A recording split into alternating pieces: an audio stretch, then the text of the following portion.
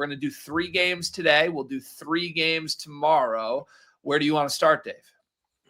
We'll just go through them, I think, in order here. We'll start with Rams-Panthers. So that's the first game on Saturday. We'll just go 1, 2, 3. And tomorrow we'll go 1, 2, 3.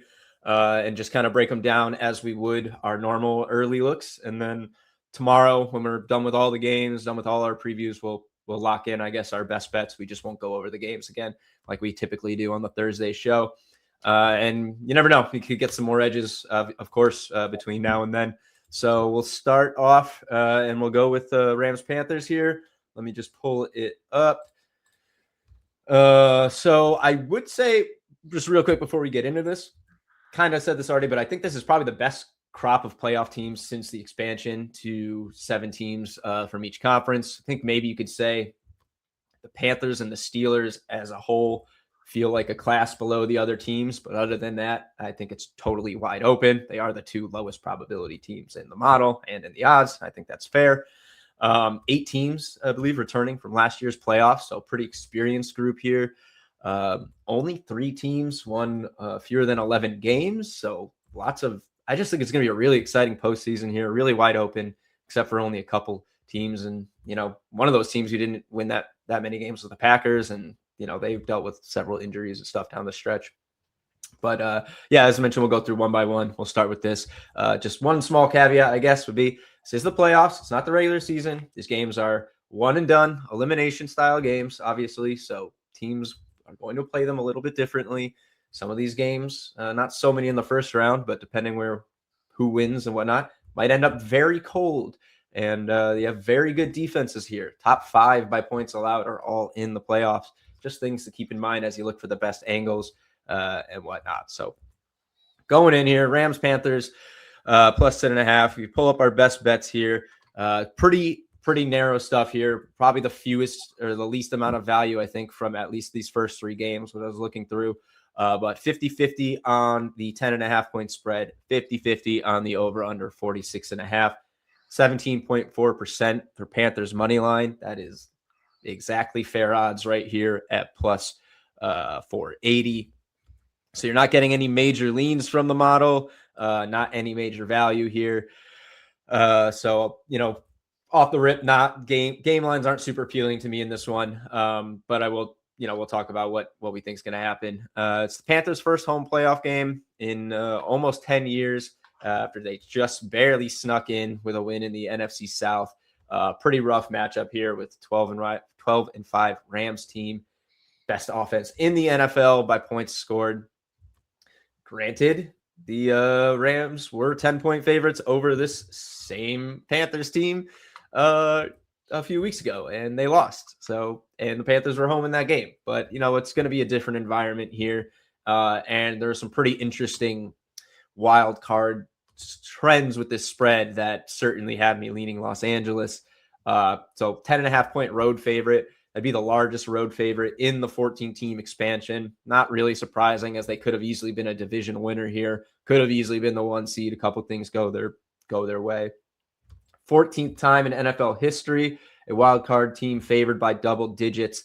Those teams are 12-1 straight up and 10-3 against the spread, which is really just a way to say double-digit dogs don't belong in the postseason. Not as a rule, but just a fact that if you are a double-digit underdog in the first round of the playoffs, you're a cut below the rest. And I think we know that the Panthers really limped in.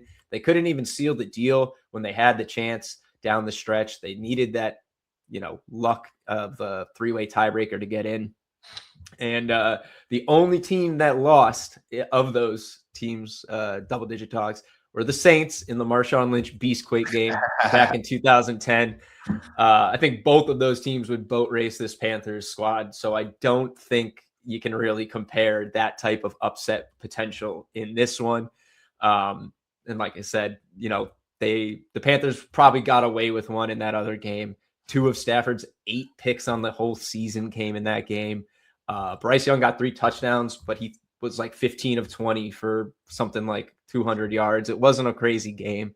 A lot of short fields they got gifts of with the interceptions and whatnot. Their success in that game came from absolutely pounding the run, 164 rushing yards, limiting possessions by the Rams. They'll have to try and replicate that formula But this Rams team, despite the couple hiccups down the stretch, almost feels like it's in a different place. Devontae Adams was in that game, but now they're getting him back, and they really, really badly want to get him involved. It's notable that two of their losses down the stretch he was not in, and as well as they played in those games for what you could take away from it, they miss his ability in that, and it's going to be a tough matchup. I think the Panthers haven't played anyone of that caliber since this Rams game where they saw success anyway. And it's going to be a pretty tough one. I mean, here I kind of stuck on these predictions here, but we'll go into the projections. Not great receiving outlook for the Panthers receiving core. Tet McMillan leads with 59 projected yards. I don't think this is a wide receiver group that's going to beat the Rams. Meanwhile, their run game has completely slowed to a crawl. Only rushing TD in their last 3 games is from Bryce Young. Rico Dowdle's 3 games with 50 yards in his past 8, projected right at 50 rushing, 18 receiving here. So not a crazy game from him. And it's just the complete opposite on the other side. The Rams offense is loaded. Stafford projected for 272, Puka almost 100 and a 46% TD probability. Devontae Adams right back to over a 50% probability to score. Kyren Williams with a productive game. Blake Corum, over 116 rushing yards from the Rams offense. It just, on paper, I just don't see it for the Panthers. I don't think they're going to do it again. Look at the touchdown equity. 33% for Dowdle is the highest. You got 4 guys at that or higher for the Rams. Big gap in touchdown efficiency here. So I don't know. I just think it's going to be a long night for him. The model doesn't really have a major lean on either of those sides. So in that case, I'm happy to trust my gut, which is a stomping, I think, by the Rams, who badly want to set the tone for the playoffs to come. Yeah, it feels like a buzzsaw they're running into here, especially, sometimes familiarity favors the team that lost the first game, right? Or the more recent game. And not only is this a playoff game, but this is also like a get back game for the much more talented team, better offense. Both teams, I feel like, kind of limped into the playoffs. That's the interesting thing for me, right? Carolina wasn't great in that final game of the regular season. And then the Rams, lost 2 of 3 to end it, lost at Seattle. No one's really going to shrug at that. But that game against Atlanta was a turnover-ridden, disgusting performance. So I don't know. A couple of weeks ago, I was like, this is the Super Bowl winner. I'm not that emboldened by it right now, but I would be stunned if they don't put a decisive performance out against this Carolina team. I would caution people, I think it's a stay away from me at this number. Lean LA, of course. If you are feeling confident that LA covers, to me, I think I'd actually like a Rams alt line. I think either they blitz them and win this game by 3 touchdowns, or, it's like a 7-point win that they need to make some plays late to close out. I can't really imagine we won by 11. Either they create the separation or they don't. So that could open up some possibilities at a plus money, Rams minus 13.5, maybe. Yeah, I don't hate that at all. I do think winning by 11 is an unlikely scenario. I think you're more just getting the books robbing you of the key number at 9.5 here, taking away that far more appealing spread. And then as far as the total, no real lean from the model. I think I'd lean under because this Panthers offense was among the lowest scoring in the NFL. Won a lot of games as dogs against bad teams, though. They beat 2 teams over 500 this year, I believe. The Rams and the Packers. The Packers showed plenty of issues, and they let the other 2 teams, I think, they played over 500. Let's see, they played the Jags, Seahawks, right? And someone else. I don't know. But they let teams hang 40 on them against, better, more respectable clubs. And it's just going to be hard, I think, for them to score. Rams are going to come in here, take care of business, get out healthy, and move on. Yeah, I'm with you. I think Yeah. we're aligned on this one. All right. And you like Devontae Adams, right? Is that your go-to prop play in this game? He's like gotta be for me. There's like no touchdown value here. Not a ton of, I think, appealing props, at least from the model. But I mean, they can't wait to get this guy back involved. He was out for the 2 losses that ultimately cost him the 1 seed. He scored twice in this matchup, in that loss. Yeah, I mean, he's like minus 130, so it's not the most appealing odds, I guess, but 51.5%, really strong probability. He was a red zone machine when he was in. So if anything, I think his return might even hurt Blake Corum a bit because he's probably gonna miss out on some of those red zone touches. And I generally in split backfield scenarios kind of like to avoid the running backs to score if you can. Saw it all season long with Kenneth Walker and Charbonnet in Seattle. And this is a very similar split. So, maybe if they get out to a big lead, I'd look for maybe some good odds on a live Corum touchdown, try to keep Kyren Williams fresh down the stretch. But yeah, I mean, if I'm picking a single guy to score this game, it's Devontae. Yeah. Yeah, I think that's a good shout. I like the Corum live play too. Wait till late second quarter maybe and see it out if they're up a touchdown or 2. I think that's a really, really smart angle as well. All right, there you go. Game 1 should be an interesting one with LA, Carolina. I'm going to move next here to what I think is the most exciting game. Maybe this is the NFC North fan in me, but this is a legitimate rivalry. These two teams hate each other. This is the Bears' first playoff game in years against a Green Bay team that the last time these two teams met just a month ago delivered one of the more electric games of the entire NFL season. I can't wait just to sit back and watch this game. The books have this as the Packers a slight favorite in Chicago. And it looks like we don't see too much of an edge on the line, but maybe on the game total. Yeah, almost the best edge of these 3 games, I think, is in this. But yeah, no real lean again on the spread, minus 1.5. Quick little aside, all 3 of these games that we're looking at today, road favorites, and 2 of them very narrow, which I think is really interesting because what you saw at least end of season, I think you'd feel your gut would be Bears for sure in this one. So I think it's interesting that the books do have the Packers, albeit short, a favorite on the road here. They split the season series. Both games came down to the final possessions. Both games went to the home team. One game went over this total, one went under.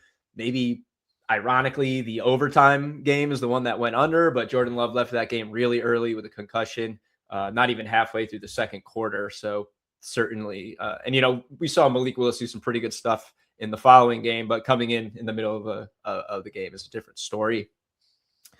Bears' formula this season has been fairly straightforward. Give up a lot of points because their defense isn't that great, but score a lot, especially late in games. That tends to have some of their games bleed into the over as you get into the fourth quarter here. So I don't love the under as an edge play off the rip.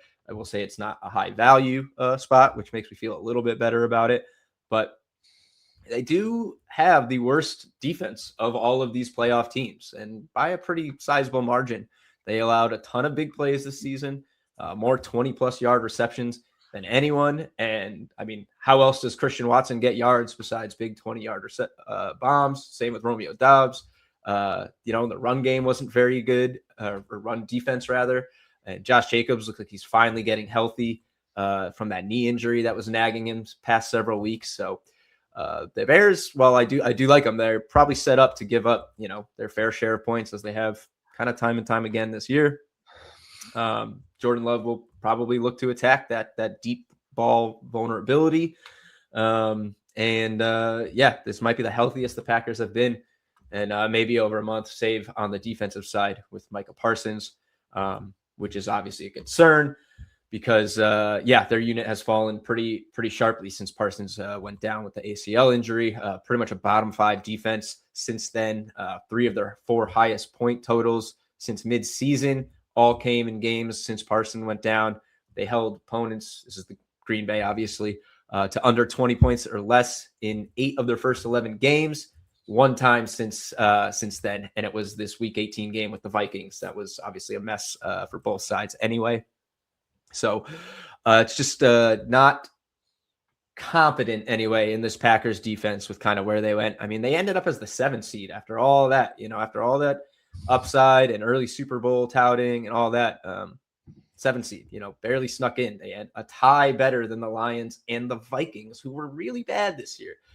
So it's not a super motivated, or I'm not super motivated rather to get behind the Packers defense here, which I hate to buck the model, but I don't love these spots personally. The Bears just feel like a very dangerous team, and it's hard for me to get behind the Packers with what I've seen. Yeah, I'm glad you landed there because this is the one I'm staring at. I wish the model showed value in it, and it's basically saying there's no value at the number. So good number, good job, sports books. But Yeah.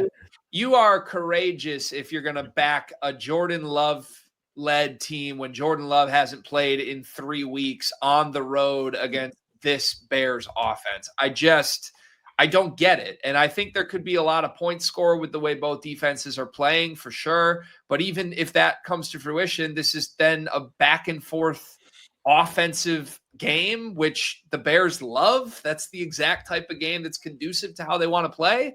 So I might feel differently if Love had been healthy in the final couple of weeks of the regular season. I don't know that there's any math behind this, but I feel like I never really like backing the teams that threw their week 17 game and didn't play any starters. That's not a great franchise, like we're contenders move. It's like we're trying to survive in advance, and they got here. Okay, now Jordan Love's going to probably need a quarter to shake the rust off, and I just trust this Bears offense more right now. Obviously, it wasn't a great result against Detroit in the final week of the season. Dan Campbell has Ben Johnson's number at this point, but I trust this Bears team at home to put points on the board. I think they have the better run game right now, quite frankly, with the two-headed monster of Swift and Monungai. And I'm going to be backing Bears on the money line here as a home dog to beat the Packers. Yeah, not going to argue with you there at all. I do, kind of in relation to the throw in the end of season games, the Bears did play like they wanted to win that game, and, different scenario, but I thought it was strange that the Eagles basically didn't care about the 2 seed, which can be very important, and would have gotten it had they played their starters. They would have beaten the Commanders and walked away with that. So yeah, it doesn't leave a good vibe for a team that's kind of willing to just roll into the playoffs, be like, let's just try to stay healthy and hope that we can come away with it. Sometimes you kind of have to do that. When your quarterback is concussed and your star running back is nursing a nagging knee injury, but doesn't inspire a lot of confidence there.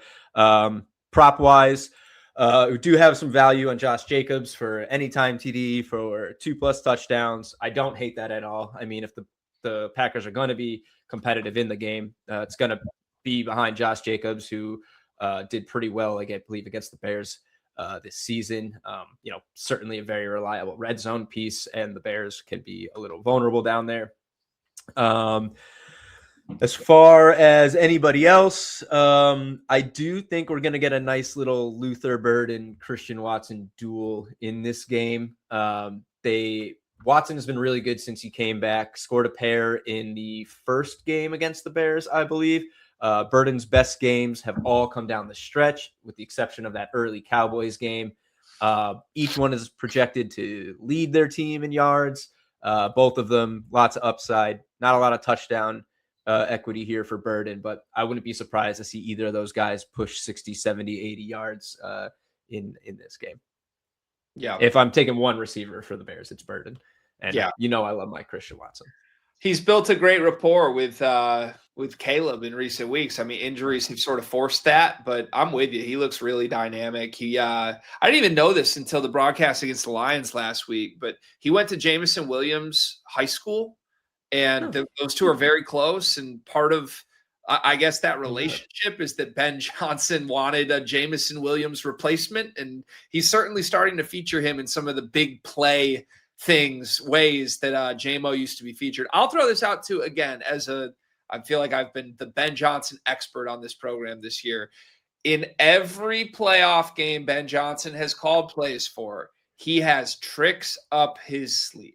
And the tricks up his sleeve usually benefit the big play threats. And for the Lions, that was Jameson Williams. You think back to that 49ers NFC Championship game a couple of years ago, JMO had 2 first half touchdowns and was everywhere. It didn't work out for Detroit in last year's playoff run, obviously, but they were still doing these hook and ladders and all these crazy things. I think Burden is a great threat, whether it's overs, whether it's touchdowns, maybe even a 2-touchdown sprinkle this week. That's probably the prop that I'm going to be targeting as well. So DeAndre Swift throwing a touchdown to Luther Burden. Yeah, why not? Why not, right? All right, let's go to the last of 3 games that we're going to talk about today. You've alluded to this one a little bit in the early portion of this show as an interesting spot. Bills and Jags, obviously projected to be a very, very close game here. Our model gives a 55% probability of a Bills win, but right about 50-50 on that -1.5 spread. What's the scout here? Yeah, this I think has our highest probability of all bets in these 3, 56.8% to the under, 52.5 as well. I mean, I think this is, maybe the best game of these 3.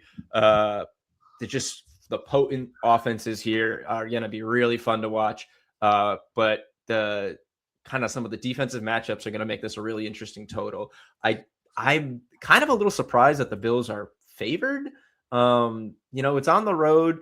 The Jags are as hot as can be. The Bills have plenty of issues that I don't think you've seen on the Jaguars side, at least over their hot stretch. But maybe it's just the experience, the Josh Allen experience coming into play here.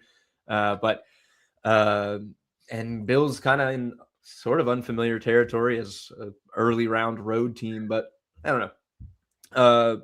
Either way, you're getting a really great QB matchup, really good offensive matchup. I mean, a couple earlier games like Lawrence had down the stretch, and he'd probably be in the MVP conversation. He's third in the race at a hefty 300-1, but he is third. So they're saying if Matt Stafford and Drake May vanished off the face of the earth in the final game of the regular season, Trevor Lawrence would be the MVP favorite. So make of that what you will. But if this was in Buffalo, I think I'd be all over the Bills. I mean, obviously, they'd also probably be like 2.5-point favorites. But I have a feeling Trevor Lawrence maybe turned back into a pumpkin in the cold in the playoffs. But that's not the case here. It's down in Duval, which makes this a lot more interesting for me. And I will say, while I like the Jags, I don't think you have much motivation to bet them to win because they're only 1.5-point dogs. If you look at the money line probability, they're -105 to win. The Bills are -110. So you're not even getting any semblance of value on the Jaguars being underdogs. So you might as well just take them to cover the +1.5-point spread. And then you buy yourself at least a 1-point loss there. So while I like the Jags, it's a tough betting spot to back them here, at least as from a value perspective. Game certainly feels like more of a shootout than an under, but it's also the highest total of the whole weekend by a significant margin, almost a full touchdown more than the next game, which I believe was the Bears-Packers at 46.5, whichever one of those games we just talked about. That was 46.5 is the next highest total. That's pretty substantial. I just think it's really going to come down to these defenses more than anything. And that's kind of how these two teams match up against one another. Jacksonville's got one of the best rushing attacks in the league. The Bills have one of the best rushing attacks in the league up against the Jaguars' #1 rushing defense here. They did not allow a single 75-yard rusher this year. Granted, we project James Cook for his first such game of the season against the Jaguars, 88 yards here.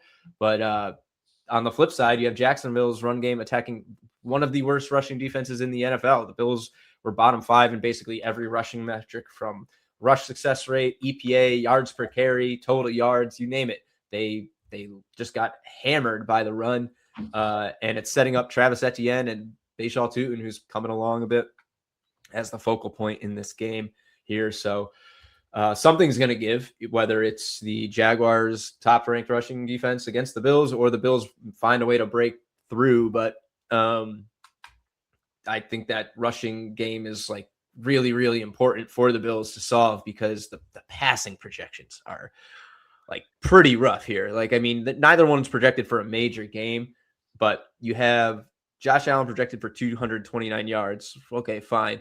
But Khalil Shakir maxing out the receiving core at 49. Dalton Kincaid, who's been basically limited since he's been back healthy quote, in games, limited snaps at 40 yards. Brandon Cooks, the late season acquisition, who has I think one game with more than one catch for the Bills so far. Granted, it was the last game Josh Allen played in. And Allen, you know, I mean, he didn't play in the final game. He came out, took his snap, and left, but did not throw for a touchdown in the last two games he did play. And the Jags have one of the best passing defenses over the second half of the season. Less than one touchdown per game over their final 5 games through the air, generating 1.8 picks per game, most in the NFL in that span. Yeah, it's going to be all about the turnovers and the rushing game here. I think you have to, Go ahead, Greg. No, it feels like this of the 3, obviously any NFL playoff game can swing on a turnover, but to me, I would love to know the turnover margin of this game before betting it. Feels like one huge negative play from one of these 2 at times turnover prone big play seeking quarterbacks is going to swing this one. And it could be either of them. If this was in Buffalo, I'm totally with you. I'm all over the Bills and Josh Allen in the cold, but gosh, what a neutralizer that it's in Jacksonville here. I was looking this up because I completely forgot this doing my little quarterback exercise. Trevor Lawrence has won a playoff game before. Like little baby face Trevor Lawrence back in 2022 beat Justin Herbert. It's just been a couple years since we've seen him here. So I'm kind of fascinated. The more I'm talking myself into this game at the idea that this is a great matchup for Jacksonville. I love fading the Bills defense, and I think maybe from a prop perspective, it's the way I'm going to go about this because, you know, I feel very strongly that there's a world we look up at some point and Josh Allen in a playoffs without Patrick Mahomes is probably the thing we should have seen coming. This is just a nightmare matchup for that. So I guess I'll probably hedge my bets by looking at props here. And you mentioned it briefly, but both these quarterbacks love to use their legs. They're both the second most likely touchdown probability here. I'm thinking about a Josh Allen, Trevor Lawrence touchdown parlay in this game, and I think there's a good chance we could hit that. Yeah, you're reading my mind with that. I don't hate it in Packers, Bears either. If you really want to get crazy, Matt Stafford and Bryce Young. No. That would be it, though, right? If you're going to do that, just bet Matt Stafford and Aaron Rodgers this weekend for the old guys together. But no, I love that. I think we've talked about this before. You in these types of high-profile games with, young gun, I want to do it all quarterbacks. They love to make the plays with their legs. If they see that, they're going to run. They're going to lean forward. They're going to truck. They're going to try and get that extra yardage, especially at the goal line. I love these two guys to get in. 9 rushing touchdowns for Lawrence this year, 14 for Allen. Definitely think that's going to be, if not a focal part of the game, at least a pivot point. We're going to see some swings with these guys doing plays with their legs. Absolutely. Yeah. Yep. I'm in. You got me pitched. Let's do it. All right. There's our preview for the first 3 games of the wild card round. We will be back on another episode of this show tomorrow, and we will do the final 3 games of the wild card weekend. So there you have it. Get Dimers Pro, 50% off with promo code podcast. Take advantage now. Get all of this information in real time.